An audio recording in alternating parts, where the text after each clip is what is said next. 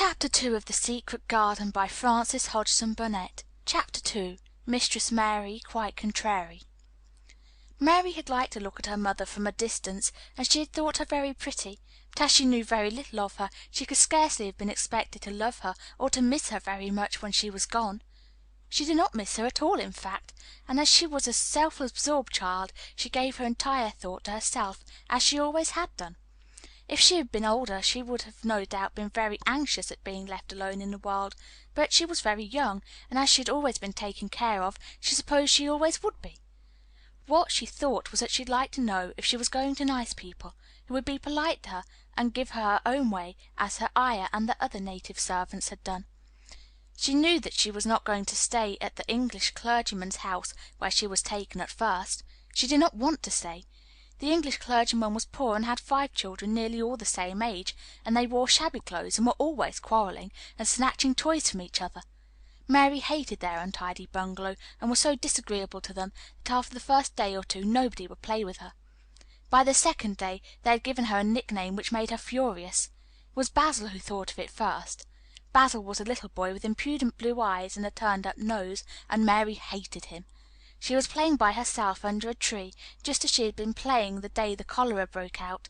She was making heaps of earth and paths through a garden, and Basil came and stood near to watch her.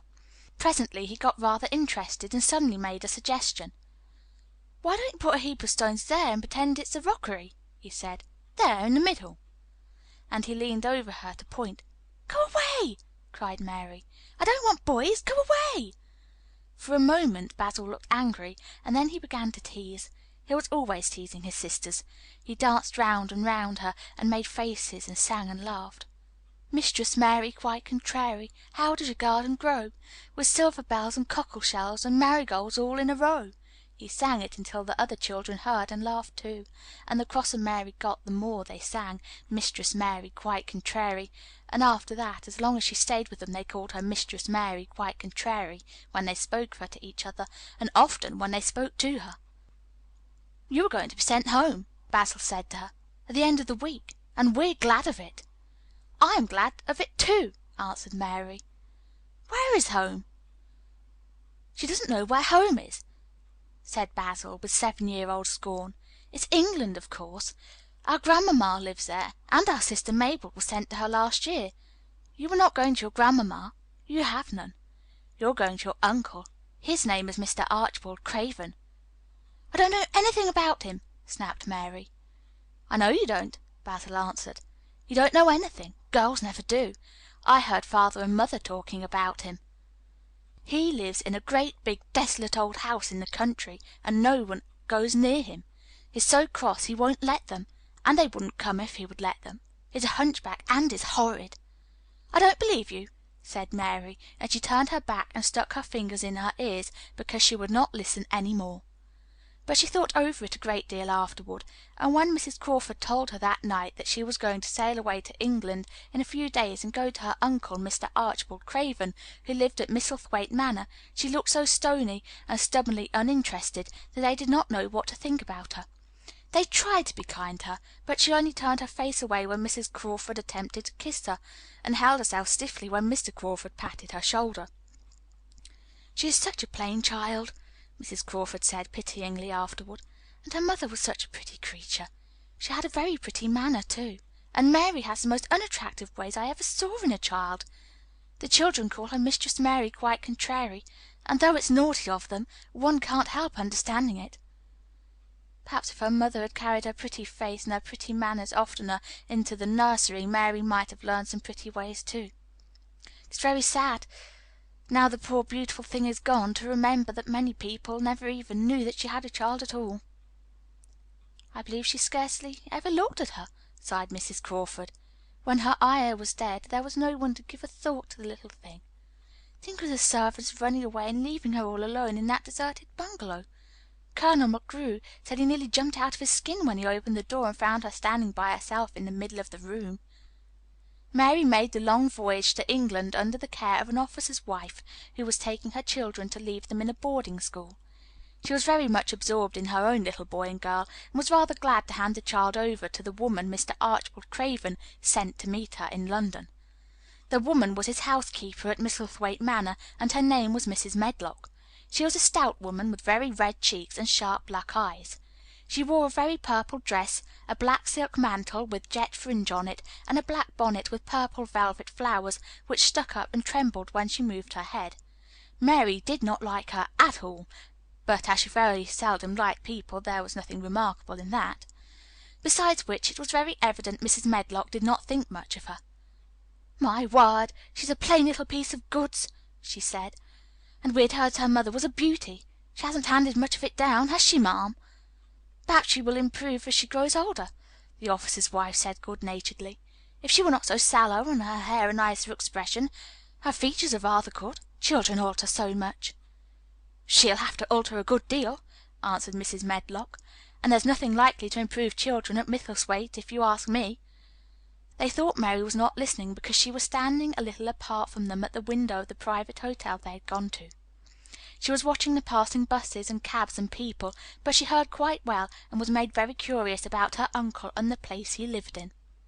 What sort of place was it, and what would he be like? What was a hunchback? She had never seen one. Perhaps there were none in India. Since she had been living in other people's houses, and had no ayah, she had begun to feel lonely, and to think queer thoughts which were new to her. She had begun to wonder why she had never seemed to belong to anyone, even when her father and mother had been alive. Other children seemed to belong to their fathers and mothers, but she had never seemed to really be anyone's little girl. She had had servants and food and clothes, but no one had taken any notice of her. She did not know that this was because she was a disagreeable child. But then, of course, she did not know she was disagreeable. She often thought that other people were, but she did not know that she was so herself. She thought Mrs. Medlock the most disagreeable person she had ever seen, with her common, highly coloured face, and her common, fine bonnet. When the next day they set out on their journey to Yorkshire, she walked through the station to the railway carriage, with her head up, trying to keep as far away from her as she could, because she did not want to seem to belong to her. It would have made her angry to think people imagined she was her little girl. But Mrs. Medlock was not in the least disturbed by her and her thoughts. She was the kind of woman who would stand no nonsense from young ones. At least that is what she would have said if she had been asked. She had not wanted to go to London just when her sister Maria's daughter was going to be married, but she had a comfortable, well-paid place as housekeeper at Misselthwaite Manor, and the only way in which she could keep it was to do at once what Mr. Archibald Craven told her to do. She never dared even to ask a question. "Captain Lennox and his wife died of the cholera," Mr. Craven had said in his short, cold way. "Captain Lennox was my wife's brother, and I'm their daughter's guardian. The child is to be brought here. You must go to London and bring her yourself." So she packed her small trunk and made the journey. Mary sat in her corner of the railway carriage and looked plain and fretful. She had nothing to read or to look at, and she folded her thin little black gloved hands in her lap. Her black dress made her look yellower than ever, and her limp light hair straggled from under her black crape hat. "A more marred-looking young one I never saw in my life," Mrs. Medlock thought. Marred is a Yorkshire word, and means spoiled and pettish. She had never seen a child who sat so still without doing anything, and at last she got tired of watching her, and began to talk in a brisk, hard voice. "I suppose I may as well tell you something about where you were going to," she said. "Do you know anything about your uncle?" "No," said Mary. "Never heard your father and mother talk about him?" "No," said Mary, frowning. She frowned because she remembered that her father and mother had never talked to her about anything in particular. Certainly they had never told her things. "Humph!" muttered Mrs. Medlock, staring at her queer, unresponsive little face. She did not say any more for a few moments, and then she began again. "I suppose you might as well be told something, to prepare you. You are going to a queer place." Mary said nothing at all, and Mrs. Medlock looked rather discomfited by her apparent indifference, but after taking a breath she went on. "Not but that it's a grand big place in a gloomy way, and Mr. Craven's proud of it in his way, and that's gloomy enough too. The house is 600 years old, and it's on the edge of the manor, and there's near 100 rooms in it, though most of them is shut up and locked. And there's pictures and fine old furniture and things that's been there for ages, and there's a big park round it, and gardens and trees with branches trailing to the ground, some of them." She paused and took another breath. "But there's nothing else?" she ended suddenly. Mary had begun to listen in spite of herself. It all sounded so unlike India, and anything new rather attracted her. But she did not intend to look as if she were interested. That was one of her unhappy, disagreeable ways. So she sat still. "Well," said Mrs. Medlock, "what do you think of it?" "Nothing," she answered. "I know nothing about such places." That made Mrs. Medlock laugh a short sort of laugh. "But you are like an old woman. Don't you care?" "It doesn't matter," said Mary, "whether I care or not." "You are right enough there," said Mrs. Medlock. "It doesn't. What you're to be kept at Misselthwaite Manor for I don't know, unless because it's the easiest way. He's not going to trouble himself about you, that's sure and certain. He never troubles himself about no one." She stopped herself as if she had just remembered something in time. "He's got a crooked back," she said. "That set him wrong. He was a sour young man, and got no good of all his money and big place till he was married." Mary's eyes turned toward her in spite of her intention not to seem to care. She had never thought of the hunchback's being married, and she was a trifle surprised. Mrs. Medlock saw this, and as she was a talkative woman she continued with more interest. This was one way of passing some of the time at any rate. She was a sweet, pretty thing, and he'd have walked the world over to get her a blade of grass she wanted. Nobody thought she'd marry him, but she did, and people said she married him for his money, but she didn't. She didn't. Positively. When she died—" Mary gave an involuntary little jump. "Oh, did she die?" she exclaimed, quite without meaning to. She just remembered a French fairy story she had once read in Riquet à la Houppe. It had been about a poor hunchback and a beautiful princess, and it made her suddenly sorry for Mr. Archibald Craven. "Yes, she died," Mrs. Medlock answered, "and it made him queerer than ever. He cares about nobody. He won't see people. Most of the time he goes away, and when he is at Misselthwaite he shuts himself up in the west wing, and won't let any one but Pitcher see him.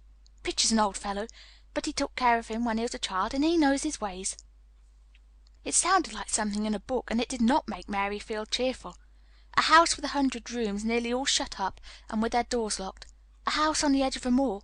Whatsoever a moor was, sounded dreary. A man with a crooked back, who shut himself up also. She stared out of the window with her lips pinched together, and it seemed quite natural that the rain should have begun to pour down in gray slanting lines, and splash and stream down the window panes.